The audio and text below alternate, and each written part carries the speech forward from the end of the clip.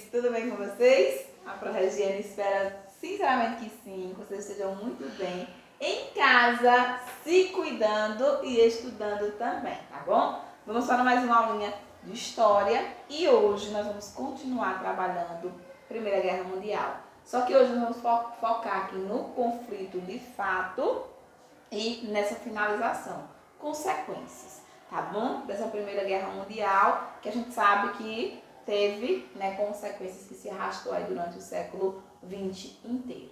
Começo aqui relembrando mais uma vez com vocês. Vou falar aqui rapidamente porque vocês podem estar assistindo a aula anterior se ficar com dúvida aí em algum ponto, né? Foi uma aula destinada somente a trabalhar os antecedentes da Primeira Guerra Mundial. Então, possíveis causas para o conflito: disputa aí de mercados internos, né? E também disputa por territórios para ter aí a venda de produtos e também a matéria-prima. Foi um ponto central o processo do neocolonialismo ali na África, principalmente, mas também na Ásia, né? Atrito entre as grandes potências, né? Por causa de questões coloniais, como a Pro colocou. A França queria uma revanche contra a Alemanha por ter perdido aí, né, o território da Alsácia-Lorena, que é um motivo aí, né, que vai fomentar, como a gente vai observar hoje, bastante essa questão aqui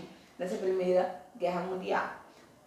Outros pontos que a gente precisa observar, né, e relembrar quando a gente fala de causas, que os países estavam armados e preparados para guerrear. Achou-se que seria um movimento rápido, uma guerra de 2 meses, porque, né, todo mundo achou que estava bem armado, só que não sabia que o coleguinha, que o país também vizinho também estava, né? E aí se arrastou por 4 anos essa guerra, né, bem pesada. As potências, né, reuniam-se aí em blocos, então o trabalho era feito aí a partir de alianças, tá bom? Para esse processo do grande conflito.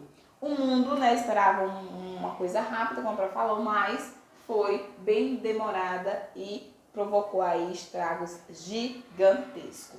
O estopim, lembra que eu falei para vocês o que provocou, que, né, começou de fato esse processo foi o assassinato, aqui o assassinato de Ferdinando, né?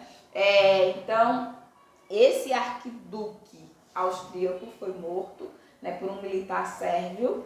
E aí, diante desse assassinato, né, do Francisco Ferdinando, a gente teve aí essa modificação e o início oficial, né, no dia 28 de junho, né, de 1914, desse conflito aqui, tá bom? Então, relembrando aí com vocês, porque a gente já viu isso daí na aula passada. O conflito, como é que se dá de fato o conflito da Primeira Guerra Mundial? Eu coloquei para vocês aqui um mapazinho que vai sintetizar essas informações de como é que estavam divididos, né? Os grupos, os blocos, né? Esse processo de alianças que foram feitas. E a gente entende que a gente tinha o primeiro grupo, né? Que era chamado aqui de Tríplice Entente, que era o Império Britânico, França, o Império Russo naquele momento, né, que ficou até 1917, a gente já comentou também isso, e eu vou comentar mais um pouquinho, e os Estados Unidos, que substitui aí, praticamente substitui a Rússia, né, o Império Russo, quando a gente tem essa troca. As potências centrais, ou chamadas também, né, de Tríplice Aliança, que tinha aqui o Império Alemão, o Império, né, Austro-Húngaro e também o Império Turco, né, Otomano aqui, que estavam reunidos. A partir dessa divisão, essa fragmentação, vocês observam mais, né, o entente, o verdinho, tá bom? Então vocês percebem quem estava reunido aqui, né, no apoio à entente, a aliança e as nações neutras, né, a aliança mais na parte central, aí. E a gente vai ter essa colocação aqui, né, de participação de 28 de julho de 1914 até 11 de novembro de 1918, período que dura esse conflito aí, o conflito da Primeira Guerra Mundial. Vamos caminhando aqui também para alguns pontos que aconteceram e que a Pro trouxe para vocês terem noção, ciência de como se deu esse conflito. Primeiro, o Império, né, Austro-Húngaro, como a gente já comentou, né, por conta do assassinato, né, do arquiduque, ele entrega aí o ultimato de julho, tá bom, gente? Então esse ultimato aí, né, seria algumas reivindicações que ele acaba entregando à Sérvia. Eram 10. A Sérvia só aceita 9. Uma ele recusa, que era o quê? Que o Império, né, austro-húngaro pudesse intervir politicamente na Sérvia. A Sérvia não aceita. E aí, esse é o motivo por ela não aceitar essa última condição das 10, né? Ela aceita 9, essa última ela não aceita. Foi o motivo para se declarar oficialmente, né, praticamente aí um mês, né, após esse movimento todo, a guerra, o início da guerra. Quando ela declara essa guerra aí à Sérvia, a Alemanha, desde o início, já tinha aí declarado apoio ao Império Austro-Húngaro, né, diante da situação que tinha acontecido, da morte e tudo mais. E tinha também o interesse de combater ali a França, né? A gente já sabe, por um processo aí de disputa de território, que a gente já comentou anteriormente. Diante desse cenário todo, ela já começa a se movimentar. Então a Alemanha já começa a se movimentar para esse combate aí com a França. Em contrapartida, a Rússia tinha, né, interesses semelhantes ali, porque queriam os mesmos territórios que o Império Austro-Húngaro, tá bom? Então todos queriam aí o território do leste europeu, tanto a Rússia quanto o Império Austro-Húngaro. Olha com a configuração aí, já estava tudo pronto para essa guerra começar, tá bom? No fim do prazo do ultimato, que foi entregado, né, pelo Império Austro-Húngaro, ele, como não teve a resposta que ele queria ter, ele acaba invadindo aí a Sérvia. Quando ele invade a Sérvia, Rússia, né, passa a atacar as tropas do Império Austro-Húngaro. Em resposta rápida, né, isso tudo acontecendo de uma forma muito rápida. Nesse mesmo momento, a Alemanha declara guerra à França, tá bom? E também, ao mesmo tempo, acaba invadindo ali a Bélgica. Então, os primeiros pontos aí desse conflito, percebam que é realmente aí uma modificação, uma mistura tática bem interessante. Né, por tudo isso que já estava acontecendo, já no processo de guerra, a Inglaterra, temendo suas possessões, temendo perder, né, o poder colonial que ela já tinha e também perder a sua própria soberania, começa, né, a também fazer esse processo e se junta aí no processo junto com a França e a Rússia para combater os alemães aí, né, que estavam no processo. Então, essas são as primeiras configurações do conflito que a gente estava falando.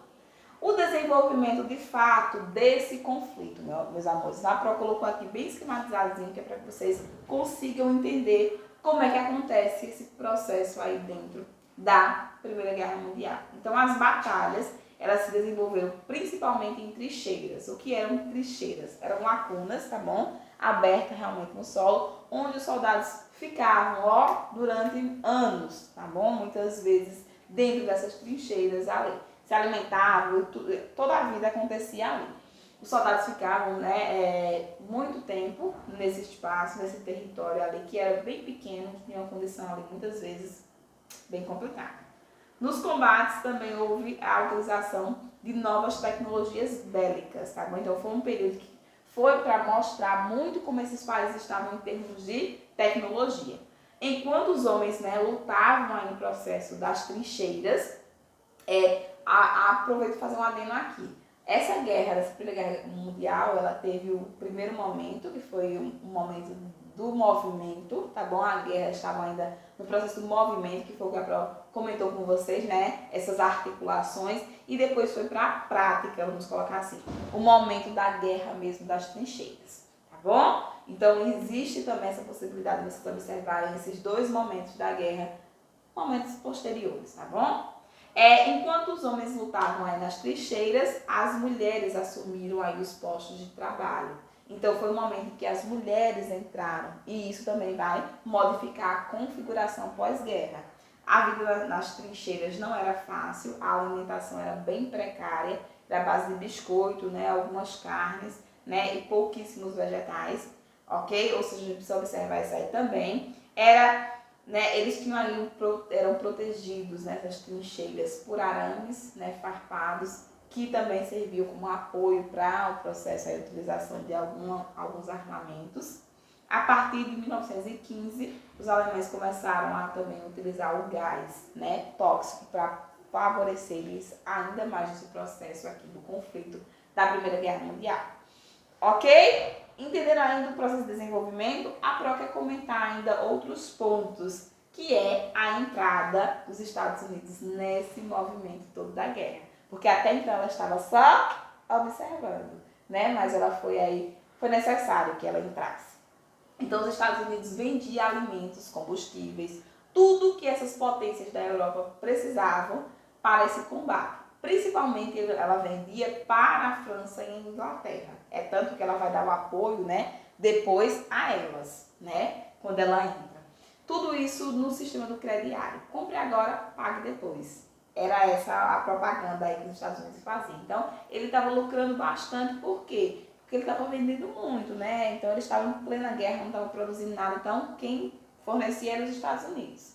Com o passar do tempo, a situação ficou um pouco complicada, né? Destruição, fome, né? Foi aumentando, a guerra foi demorando e a dívida foi aumentando. Os Estados Unidos começaram a temer que a França e a Inglaterra não tivessem mais condição de pagar essas mercadorias. A dívida estava altíssima, então a gente tinha aí o processo da França e a Inglaterra devendo horrores aos Estados Unidos. Por esse motivo, né, preocupados com esse possível não pagamento dessa dívida, a população começou a dizer: é melhor a gente dar uma força realmente no combate, não ficar só observando, só aqui auxiliando essas potências. É melhor a gente realmente entrar nesse movimento para ajudar.